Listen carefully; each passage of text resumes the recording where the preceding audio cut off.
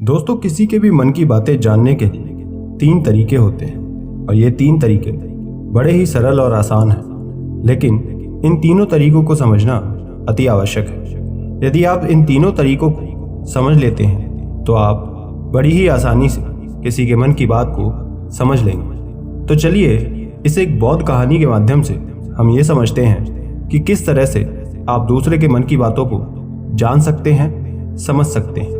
बहुत समय पहले की बात है। एक छोटे से गांव में 2 भाई रहा करते थे। बड़ा भाई अंधा था, जिस कारण वो हमेशा घर पर ही रहता था।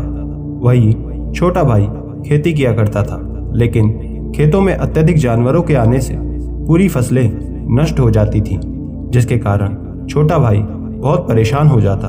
तभी एक दिन उसे एक तरकीब सूझी। उसने सोचा कि क्यों ना खेती में से इन जानवरों को भगाने के लिए अपने बड़े भाई की मदद लूं। वैसे भी बड़े भैया अंधे हैं। यदि वो खेत में बैठे रहेंगे और जानवरों की आहट आने पर वो जोर से चिल्लाकर उन्हें भगा सकते हैं, जिससे हमारी फसलें बच सकती हैं। इसलिए उन्हें मैं खेत में बिठा सकता हूँ। ये सब सोचने के बाद उसने अपने खेत में एक छोटी सी झोपड़ी तैयार की और अपने भैया को वहाँ बैठा कर कहा कि भैया, यदि आपको कोई आहट सुनाई दे तो आप जोर जोर से चिल्लाना। ये सुनकर वो जानवर वहां से भाग जाएंगे और हमारी फसलें नष्ट होने से बच जाएगी। ये सब सुन बड़ा भाई खुशी खुशी छोटे भाई की बात मान जाता है और उस दिन से खेत में ही रहना शुरू कर देता है। अब जब भी उसे किसी जानवर की आवाज उसके खेतों में सुनाई देती, वो जोर जोर से चिल्लाने लग जाता, जिससे वो जानवर भाग जाता। ऐसा करते करते कई दिन बीत चुके थे। तभी एक दिन एक हिरण भागता हुआ उसके खेत में आता है और वो खेत के बाड़ को तोड़कर वहां से भाग गया। तभी उस हिरण का पीछा करते हुए एक राजा भी उस खेत में आ पहुंचता है। तभी राजा की नजर उस अंधे भाई पर जाती है। वो राजा उससे कहता है कि देखो, मैं यहाँ पर एक जानवर का पीछा करते हुए आया हूँ। क्या तुमने किसी जानवर को देखा है? इस पर वो व्यक्ति कहता है कि हे राजन, मैं तो अंधा हूँ। मैं भला कैसे किसी जानवर को देख सकता हूँ, लेकिन मैं इतना जरूर बता सकता हूँ कि जो जानवर मेरे खेतों से होकर भागा है वो आपके लायक नहीं है। आप बेकार में ही उसके पीछे अपना समय नष्ट कर रहे हैं। राजा उस अंधे व्यक्ति की बात सुन अचरज में पड़ गया। उसने सोचा कि ये तो भला अंधा है, फिर इसे कैसे पता कि जिस हिरण को मैं तलाश कर रहा हूँ वो हिरण मेरे लायक है ही नहीं। ये अंधा व्यक्ति मुझे कैसे बता सकता है? तभी राजा उस व्यक्ति से कहते हैं कि कहीं तुम मुझसे झूठ तो नहीं कह रहे? एक तरफ तुम कहते हो कि तुम अंधे हो और दूसरी तरफ मुझसे कह रहे हो। तभी राजा उस व्यक्ति से कहता है कि कहीं तुम मुझसे झूठ तो नहीं कह रहे?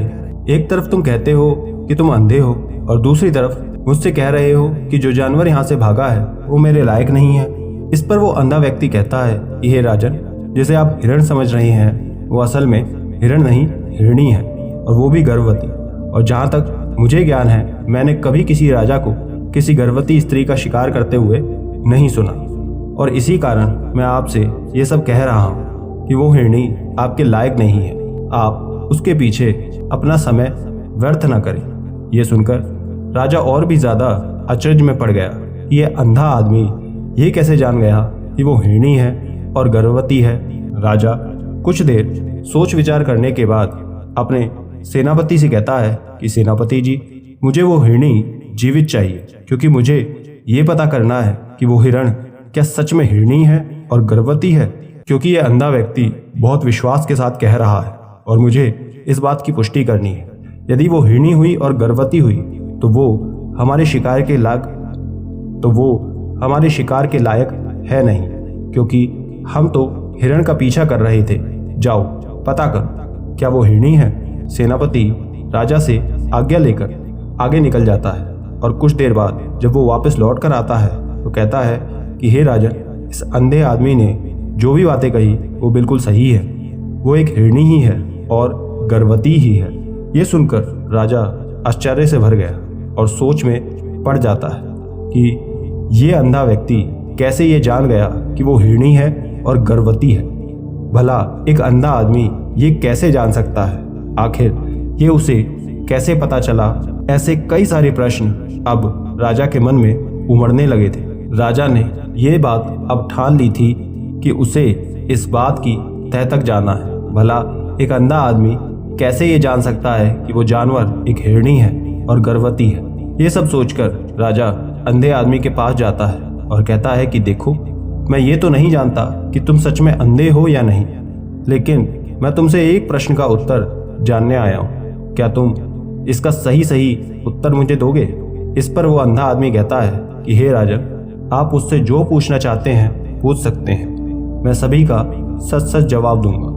तब राजा कहता है कि देखो, एक तो तुम कहते हो कि तुम अंधे हो और दूसरी तरफ तुमने ये बता दिया कि जिस जानवर का पीछा मैं कर रहा हूँ वो एक हिरणी है, और तो और वो गर्भवती भी है। आखिर तुम्हें ये पता कैसे चला? तुम्हारे खेत में और भी तो जानवर आते होंगे, और भी तो जानवर यहाँ से गुजरते होंगे, फिर तुमने ये कैसे अंदाजा लगाया? वो अंधा आदमी कहता है कि हे राजन, आप जिस हिरणी का पीछा कर रहे थे वो जब मेरे खेत में आई तो उसकी रफ्तार और उसके भागने की आहट से मुझे एहसास हो गया था कि ये एक हिरणी है, और मेरे खेत की जो बाड़ है वो बहुत छोटे है, उसकी ऊंचाई ज़्यादा नहीं है। यदि कोई हिरण होता तो वो आसानी से कूद जाता, लेकिन वो हिरणी उस बाड़े को तोड़कर भागी। यदि वो इसे छलांग लगाकर जाती तो इससे उसके बच्चे को खतरा होता।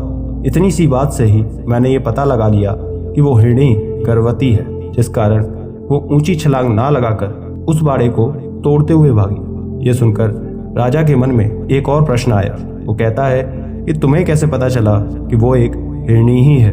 वहाँ और कोई दूसरे जानवर भी तो आ सकते हैं। इस पर वो अंधा आदमी कहता है कि हे राजन, मैं पूरा दिन सुबह से शाम यहाँ बैठा रहता हूँ और मेरे सुनने की शक्ति बहुत तेज है, और मैं ये भाप जाता हूँ कि कौन सा जानवर मेरे खेत में आ रहा है, और उसी के आधार पर मैं जोर जोर से चिल्लाता हूँ ताकि वो मेरे खेत से भाग जाए और मेरे खेत की फसलों को नष्ट ना कर पाए। राजा उस अंधे आदमी का जवाब सुनकर पूरी तरह से संतुष्ट हो चुके थे। वो मन ही मन ये सोच रहे थे कि बेशक ये अंधा है, लेकिन ये तो बहुत ज्ञानी मालूम पड़ता है, इस आदमी से कोई ना कोई काम निकलवाना ही चाहिए। ये विचार लिए हुए राजा वहां से अपने महल की ओर लौट जाता है। कुछ समय बाद राजा अपने सेनापति को यह आदेश देता है कि वो जाकर उस अंधे व्यक्ति को महल लेकर आए। सेनापति तुरंत ही अपने राजा की आज्ञा का पालन करते हुए अंधे व्यक्ति के पास जाता है और उसे महल चलने के लिए कहता है। वो अंधा व्यक्ति बहुत चालाक था।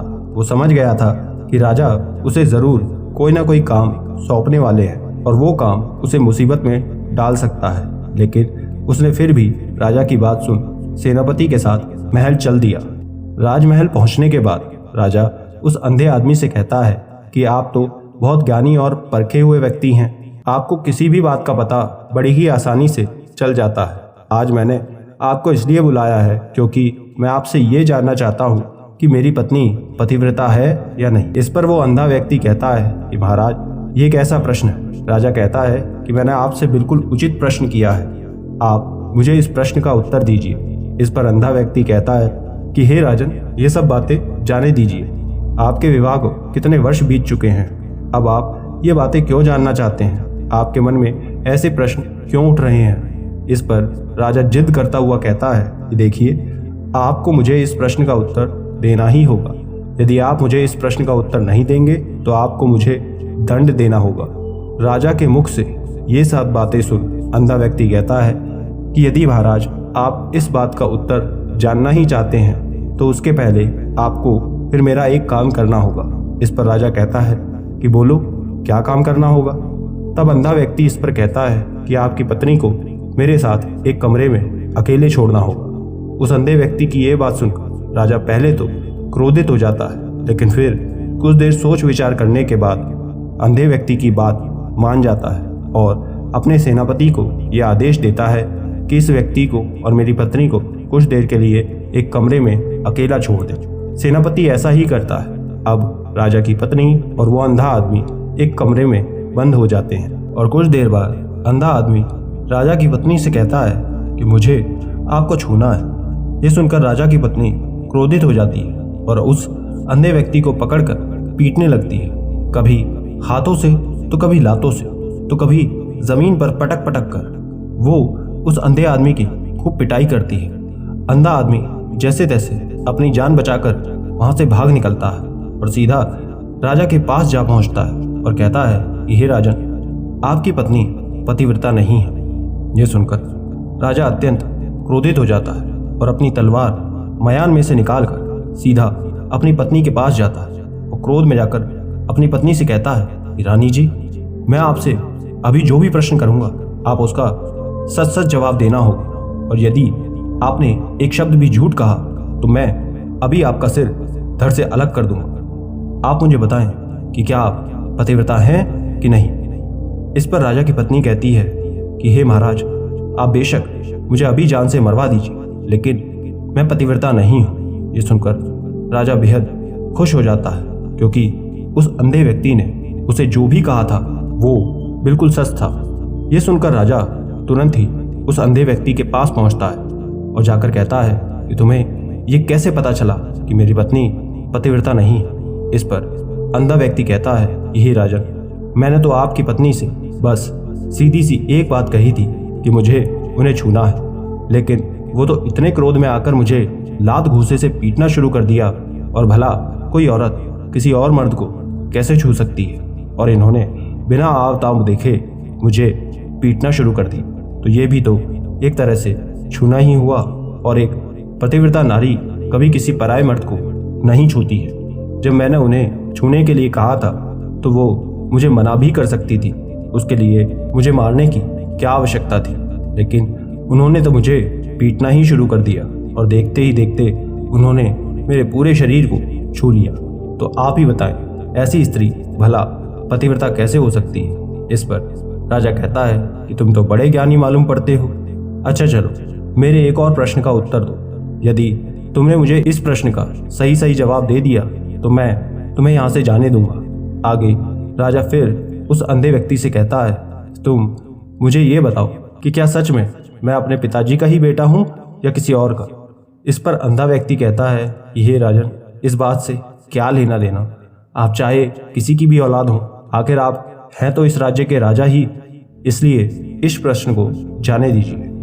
लेकिन राजा कहता है कि नहीं नहीं, मुझे इस प्रश्न का सही जवाब चाहिए, वरना ये प्रश्न मुझे हमेशा परेशान करता रहेगा, इसलिए मैं सही सही जवाब जानना चाहता हूँ। यदि तुम इसका सही सही जवाब दे देते हो तो तुम यहाँ से जा सकते हो, मैं तुम्हें नहीं रोकूंगा। इस पर वो अंधा व्यक्ति कहता है कि हे राजन, यदि ऐसा है तो इसके लिए मुझे आपकी माँ के पास जाने की भी ज़रूरत नहीं है, मैं अभी यहीं इसका जवाब दे सकता हूँ। लेकिन जवाब देने से पहले मैं चाहता हूँ कि आप मुझसे ये वादा करें कि आप मुझ पर क्रोध नहीं करेंगे। इस पर राजा वादा करता है कि वो क्रोध नहीं करेगा। तब अंधा व्यक्ति आगे कहता है कि राजन, आप हैं तो अपने पिता के बेटे ही, लेकिन आप पर एक कंजूस सेठ की छाया पड़ी हुई है। ये सुनकर राजा बहुत क्रोधित हो उठा और क्रोध में अपनी माँ के पास जाकर कहता है, माँ, आप मुझे सच सच बताएं, क्या मैं अपने ही पिता का पुत्र हूँ या नहीं। यदि आपने मुझसे सत्य नहीं कहा तो मैं यहीं पर अपने प्राण त्याग दूंगा। आप मुझे बताओ क्या सच है। इस पर राजा की माँ कहती है कि बेटा, तू है तो अपने पिता का ही पुत्र, लेकिन तुझ पर एक कंजूस सेठ का असर पड़ा हुआ है। जब मैं एक बार नहाने के बाद आईने में अपना मुंह देख रही थी, तभी मुझे उसके कांच के पीछे एक कंजूस सेठ नजर आता है, और तभी उसकी छाया तुम पर गई है। ये सुन राजा बहुत खुश हो जाता है और वो तुरंत दौड़ता हुआ अंधे व्यक्ति के पास जाता है और कहता है कि तुम्हें ये कैसे पता चला कि मुझ पर एक कंजूस सेठ की छाया पड़ी हुई है। इस पर वो अंधा व्यक्ति कहता है कि हे राजन, आपने मुझसे कई सारे प्रश्न किए जिसके जवाब मैंने सही सही आपको दिए। यदि कोई और राजा होता तो इसके बदले मुझे ढेरों इनाम दे चुका होता, लेकिन आपने अब तक मुझे एक फुटी कौड़ी तक नहीं दी। इस बात से मैंने अंदाज़ा लगा लिया कि आप बहुत कंजूस हो। ये बात सुनकर राजा जोर से हंसने लगा और कहता है कि तुम जो मांगोगे मैं दूंगा, लेकिन पहले ये बताओ कि तुम्हें कैसे पता चलता है कि कौन सी बात सही है और कौन सी नहीं। तुम किसी भी बात का इतना सटीक और सही जवाब कैसे दे पाते हो। इस पर वो अंधा आदमी कहता है कि हे राजन, मैं वैसे तो अंधा हूँ, यदि मेरी आंखें होती तो मैं किसी की भी मन की बातें बड़ी सरलता से जान लेता। मन की एक भाषा होती है और ये भाषा मनुष्य के शरीर के व्यवहार के रूप में देखी जा सकती है। उसकी आंखों में उसके होठों से, उसके काम करने के तरीके से, उसकी क्रियाओं से ये जाना जा सकता है कि उसके मन में चल क्या रहा है। उसके आधार पर हम किसी के भी मन की बातों को जान सकते हैं। लेकिन मैं तो अंधा हूँ, मैं देख नहीं सकता, इसलिए मैं क्रियाओं से देखता हूँ। मुझे यदि कोई बात जाननी हो तो अगले आदमी को कुछ काम देना पड़ता है, जिस पर वो व्यक्ति किस प्रकार काम करता है, किस तरीके से उस काम को करता है, उसके आधार पर ही मैं ये पता कर पाता हूँ कि उसके मन में क्या चल रहा है। तभी वो राजा से कहता है कि क्या इसका अर्थ ये हुआ कि मैं भी किसी के मन की बात को जान सकता हूँ? इस पर अंधा व्यक्ति कहता है कि हे राजन, अवश्य, किंतु उससे पहले आपको उसके ऊपर एक काम करना होगा। वो है, आपको अपने मन को शांत करना होगा, अपने मन को वर्तमान में लाना होगा, जिसके लिए मैं आपको 3 सरल तरीके बताने वाला हूँ। और वो तरीके बहुत आसान हैं और सरल भी हैं। किंतु हे राजन, उससे पहले आपको एक काम करना होगा, अपने आप को, अपने मन को एकाग्र करना होगा। जब हम अपने मन को एकाग्र करते हैं, उसे वर्तमान में लाते हैं, तब हम किसी के मन की बातों को भी जान सकते हैं। क्योंकि वो आदमी अभी तो अपने मन में वर्तमान में ही सोच रहा है और हमें भी अपने मन को वर्तमान में ही लाना होगा, तभी हम उसके मन की बातों को जान सकते हैं। यदि हम अतीत में घटी सभी घटनाओं के बारे में सोच रहे हैं, तो वो जो अगला आदमी वर्तमान के बारे में सोच रहा है, वर्तमान में अपने मन में बात कर रहा है, हम भला वो कैसे जान पाएंगे? क्योंकि हम तो अतीत की घटनाओं में डूबे हुए हैं। इसलिए किसी के भी मन की बातों को जानने के लिए हमें हमारे मन को एकाग्र करना होगा, उसे वर्तमान में लाना होगा। आगे वो अंधा व्यक्ति उस राजा से कहता है कि हे राजन, जो 3 तरीके मैं आपको बताने वाला हूँ, उन 3 तरीकों से किसी के भी मन की बात को आप जान सकते हैं। इसके बाद वो अंधा आदमी राजा से कहता है कि हे राजन, जो सबसे पहला तरीका है वो है आंखों पर ध्यान देना। किसी व्यक्ति से बात करते समय उसकी आंखों में देखना, उसकी आंखों पर ध्यान देना सबसे ज़्यादा ज़रूरी है। क्योंकि आंखें बोलती नहीं, लेकिन बहुत कुछ कह जाती हैं। यदि हम किसी की आंखों के इशारों को समझ जाएं, तो हम ये जान पाएंगे कि व्यक्ति के दिमाग में चल क्या रहा है, वो सोच क्या रहा है और वो अभी करने क्या वाला है। मेरे पास आंखें नहीं हैं, लेकिन मैंने अपने गुरु से ये विद्या सीखी है। क्योंकि बहुत साल पहले मेरे पास भी आंखें थी और मैं उस वक्त लोगों के मन की बातों को केवल उनकी आंखों से ही जान लेता था। इसलिए यदि आप भी दूसरे के मन की बातों को जानना चाहते हैं, तो आपको भी उनकी आंखों पर गौर से देखना होगा, जैसे कि उनका आकार कैसा है, वो कब, कहाँ और किधर देख रहे हैं। यदि उसकी आंखें इधर उधर घूम रही हैं जब आप उससे बातें कर रहे हैं, तो वो आंखों को इधर उधर मोड़ रहा है, कभी ऊपर तो कभी नीचे, या फिर कभी आसपास, या फिर कभी उसकी आंखें खुश नज़र आ रही हैं या फिर निराश नज़र आ रही हैं, जैसे एक चोर होता है। और जब हम उसकी आंखों में देखते हैं तो हमें ये पता चलता है कि अगले आदमी ने कोई गलती की है। ठीक उसी प्रकार जब हम किसी चालाक व्यक्ति की आंखों में देखते हैं तो हमें पता चलेगा कि उसकी आंखों में एक भाषा होती है, एक बहुत ही सीधा और आसान तरीका होता है। यदि आपको ये पता लगाना है कि सामने वाला व्यक्ति आपसे झूठ कह रहा है या सही, तो उसके लिए आपको उसकी आंखों पर ध्यान देने की आवश्यकता है। यदि वो व्यक्ति आपसे बात करते समय अपनी आंखें यहाँ वहाँ घुमा रहा है, ऊपर नीचे, आगे पीछे, दाएं बाएं देख रहा है, तो इसका सीधा सा मतलब ये हुआ कि वो उस बात से निकलने का कोई बहाना बना रहा है, कोई झूठ तैयार कर रहा है। क्योंकि सामने वाला व्यक्ति आपसे कुछ झूठ कहने का प्रयास कर रहा है, तब वो व्यक्ति आपसे नज़रें नहीं मिलाएगा। वो इधर उधर ऊपर नीचे देखेगा, लेकिन आपकी तरफ नहीं देखेगा। आपकी आंखों में आंखें डाल कभी नहीं देखेगा, क्योंकि वो झूठा है और उसे डर है कि यदि उसने आपकी आंखों में आंखें डालकर देख लिया तो उसका झूठ पकड़ा जाएगा और लोगों को उसकी सच्चाई का पता चल जाएगा। और इसी प्रकार कुछ और भी भाषाएं होती हैं। जब आप किसी और की आंखों में आंखें डालकर ये देखना शुरू कर दे कि उसके हाव भाव क्या हैं, ठीक उसी प्रकार चेहरे के भी हाव भाव होते हैं, जिससे हम मन की बात को आसानी से समझ सकते हैं। और इसे भी समझना बहुत ज़रूरी है। कभी कभी कोई व्यक्ति अपने चेहरे से, जैसे कि आँख, होठ और बहुत से कुछ अलग अलग व्यवहार करता है।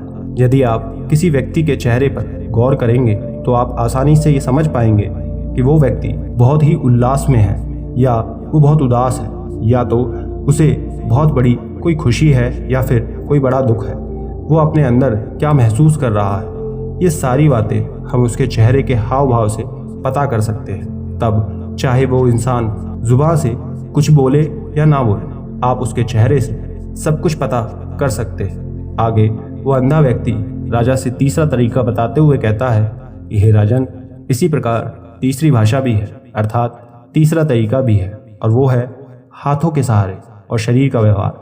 मन की बात को समझने के लिए हमें हाथ के इशारे और शरीर के व्यवहार को समझने की बहुत आवश्यकता है।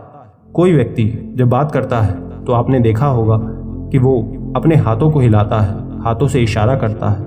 वो बातों के सहारे अपने शरीर का जो व्यवहार होता है, अर्थात कि बॉडी लैंग्वेज, उसका भी पूरा उपयोग करता है, जिससे हमें ये पता चलता है कि वो व्यक्ति हमारी बातों पर कितना ध्यान दे रहा है या फिर नहीं, उसके दिमाग में चल क्या रहा है। शरीर के व्यवहार को देखने के लिए उसके हाथ मटकाने, शरीर मटकाने और चेहरे पर बार बार हाथ लाने और हाथों का एक दूसरे से मसलना, ऐसी बहुत सी क्रियाएं होती हैं जिस पर हमारा ध्यान देना अति आवश्यक है। मन की बात को समझने के लिए हमारा शरीर के व्यवहार पर ध्यान देना बहुत आवश्यक होता है, उसे समझना ज़रूरी है।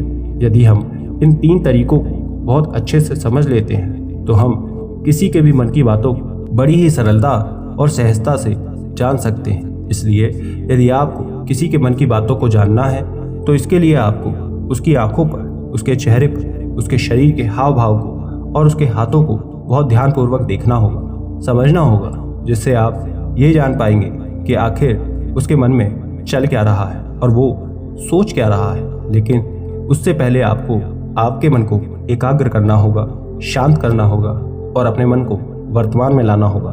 तभी आप उस व्यक्ति के उन सभी क्रियाओं पर ध्यान दे पाएंगे, उन्हें समझ पाएंगे। अन्यथा यदि आप अतीत की घटनाओं में व्यस्त हैं, भविष्य की योजनाओं में व्यस्त हैं, तो आप उस व्यक्ति के हाव भाव पर कभी ध्यान दे ही नहीं पाएंगे। ना ही आप कभी ये समझ पाएंगे कि उस व्यक्ति के मन में चल क्या रहा है, क्या सोच रहा है। आपने देखा होगा कि कैसे कई बड़े संत महात्मा बड़ी ही शांति से आपको देखते हैं और आपको देखकर ही वो बता देते हैं कि आपके मन में क्या चल रहा है, आप उनसे क्या जानने आए हैं। और इसका सबसे बड़ा प्रमुख कारण यही है कि वो आपको समझ सकते हैं, आपके मन की बातों को जान सकते हैं, क्योंकि उनका मन एकाग्र है, शांत है। और यही कारण है कि वो आपके मन की बातों को बड़ी ही सरलता से समझ जाते हैं। आशा करते हैं आपने ये बात सीखी होगी। और अधिक ज्ञान के लिए स्क्रीन पर दिखने वाली कहानियों को भी एक बार अवश्य सुनें।